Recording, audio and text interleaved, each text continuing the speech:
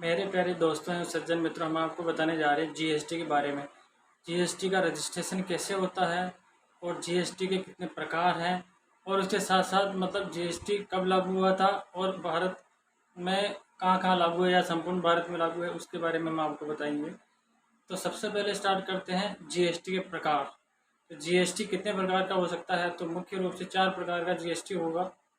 तो साधारण भाषा में मैं आपको बताएं तो जीएसटी के प्रकार सीजीएसटी, एसजीएसटी, यूजी यूजीएसटी और आईजीएसटी, इन सब का अलग अलग काम है। और अधिकतर सामान्यतया जो जीएसटी लगता है वो 18% है। और 18% में भी स्टेट, अगर स्टेट में ही अगर माल का लेना देना हो रहा है तो उसके ऊपर 18% लगेगा, उसमें 9% सीजीएसटी और 9% आईजीएसटी लगेगा। अगर वही माल अगर यूनियन टेरिटरी में जा रहा है तो सीजीएसटी और आईजीएसटी, यानी केंद्र का काम पक्का, केंद्र को 9% मिलना ही मिलना है, चाहे स्टेट में जाओ चाहे यूनियन टेरिटरी में जाओ। और उसके अलावा विशेष तौर से हम आपको बता देते हैं कि ये जो आईजीएसटी है, इंटीग्रेटेड जीएसटी, एकीकृत माल जो उसको कह सकते हैं हम, तो वो क्या चीज़ होती है उसके बारे में हम आपको साधारण रूप से अगर बताएं।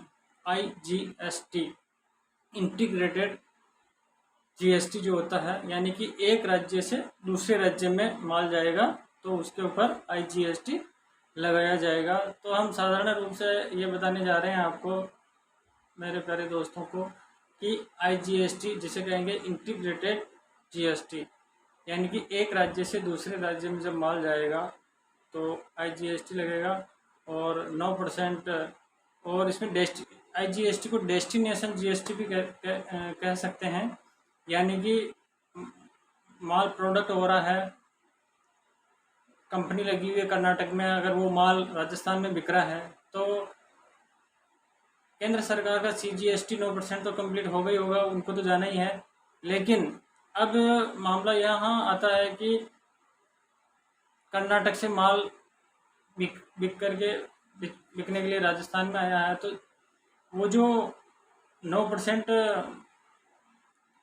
जो टैक्स बचेगा वो किसको जाएगा, कर्नाटक को जाएगा कि राजस्थान को? यानी कि डेस्टिनेशन जीएसटी, जो माल जहाँ पे बिकेगा वो डेस्टिनेशन जीएसटी कहलाएगा। तो यानी कि केंद्र सरकार 18% जो अगर जीएसटी लेती है तो 9% अपने पास रख करके 9% राजस्थान सरकार को दे देगी। तो ये है आईजीएसटी। और इनके स्लेब क्या क्या होते हैं? 4-5 तरह के जो स्लेब बनाए हैं सरकार ने, उसमें से सबसे पहला जो स्लेब है जीरो स्लेब में जैसे खासकर जीवन रक्षक दवाइयाँ वगैरह, ऐसा कुछ जो भी है जो सरकार जिसने स्लेब बनाए हैं उनका अलग से टोटल मिलाकर 1200 प्रोडक्ट है, वो हम इतना बता नहीं पाएंगे। और दूसरा जो स्लेब है 5%, यानी कि आधारभूत सुविधाएं जो आती है उसमें जो कम टैक्स है, जनता को ज़्यादा आवश्यकता होती है उसकी, वो जो जीएसटी है उस पर 5%। और उसके बाद में आता है दूसरा स्लेब 12%। 12% की लिस्टिंग भी अलग है, वो आप जीएसटी अधिनियम में देख सकते हो। जीएसटी का जो कानून है उनमें अलग अलग डेफिनेशन धाराएँ दे रखी है। और दूसरी लास्ट और अंतिम और 12 के बाद में आता है 18%, जो जनरली लगाया जाता है अधिकतर जीएसटी, उसके संदर्भ में आता है 18% अधिकतर लगता है। और जो लग्जरियस चीज़ों, विलासी जो चीज़ें होती है, जो आधारभूत सुविधाओं में नहीं आती है, जो विलासी लोग ज़्यादा पैसे वालों के लिए है, उसके ऊपर लगता है 18% जीएसटी। 18% में से 14 आईजीएसटी हो जाएगा और 14 सीजीएसटी हो जाएगा, चाहे यूनियन टेरिटरी हो चाहे इंटीग्रेटेड जीएसटी हो या स्टेट लेवल पे हो। तो उसके अंदर अलग अलग स्लेब बने हैं, उन स्लेब के अनुसार जीएसटी लगेगा। तो एक बार वापस बता दें हम आपको कि जीएसटी के जो प्रकार हैं वो 4 प्रकार हैं: सीजीएसटी, आईजीएसटी, यूटीजीएसटी और एसजीएसटी। तो ये चारों जो है अलग अलग काम करते हैं। तो ये है। और दूसरी बात हम आपको ये बताने जा रहे हैं कि अगर आपको रजिस्ट्रेशन कराना है तो ऑनलाइन पोर्टल पे रजिस्ट्रेशन हो सकता है जीएसटी नंबर लेने के लिए। तो उसके लिए भी अलग से प्रोसेस है, वो अलग से हम वीडियो। और जो जीएसटी आईएन नंबर जो जारी होते हैं वो पैन कार्ड के जरिए जारी होते हैं, 15 अंकों के। और भारत में सबसे पहले जो ये लागू हुआ था 1 जुलाई 2017 को, भारत सरकार ने संपूर्ण भारत में जीएसटी को लागू कर दिया गया था। और सबसे पहले दुनिया में सबसे पहले जो लागू किया वो फ्रांस देश ने जीएसटी लागू किया था। और इसको कंट्रोल करने के लिए भारत सरकार ने एक जीएसटी परिषद बना रखी है। उसमें 33 कुल मिला करके सदस्य हैं, जिसमें अध्यक्ष होता है केंद्र सरकार का वित्त मंत्री। और इसी के साथ साथ हम यहाँ पे समापन करेंगे। ये है जीएसटी के बारे में साधारण और सिंपल जानकारी। इसको आप समझ करके स्लैब के अनुसार यूज कर सकते हो।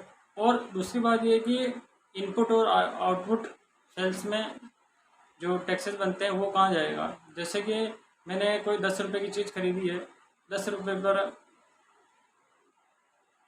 जैसे कि उस पर टैक्स लगा दिया है जीएसटी 1 रुपया, तो 11 रुपये में मैंने खरीदी है। अब मेरा प्रॉफिट मान लीजिए टोटल मिला करके 4 रुपये प्रॉफिट और मैं 15 में उसको बेचूंगा, तो 1 रुपया तो इधर जीएसटी दे दिया मैंने। और अब आउटपुट करूंगा, तब आउटपुट जब मैं माल को करूंगा तब क्या होगा, उसका एक मेन सिद्धांत है। तो 15 रुपये में बेचूंगा, 4 रुपये तो मेरा प्रॉफिट, लेकिन उस पर वापस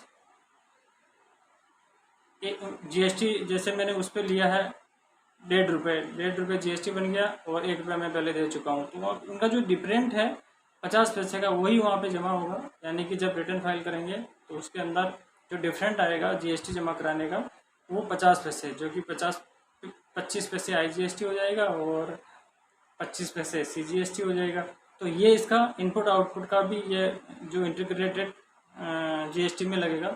तो थैंक यू दोस्तों, बने रहिए हमारे साथ और सब्सक्राइब करना ना भूलें। आपका प्यार में कमेंट बॉक्स में देते रहें। और यह है जीएसटी की सामान्य जानकारी, जिसे आप आसानी से समझ सकते हो। और जीएसटी जब लागू हुआ था उस दिन 1 जुलाई 2017 को लागू हुआ था संपूर्ण भारत में, तब से ही लागू है। इसमें सभी राज्यों और यूनियन टेरिटरी टोटली जगह पर ये लागू है, सीजीएसटी, आईजीएसटी, यूटीजीएसटी और एसजीएसटी। थैंक यू दोस्तों, बने रहिए हमारे साथ, सब्सक्राइब करना ना भूलें। Thank you very much.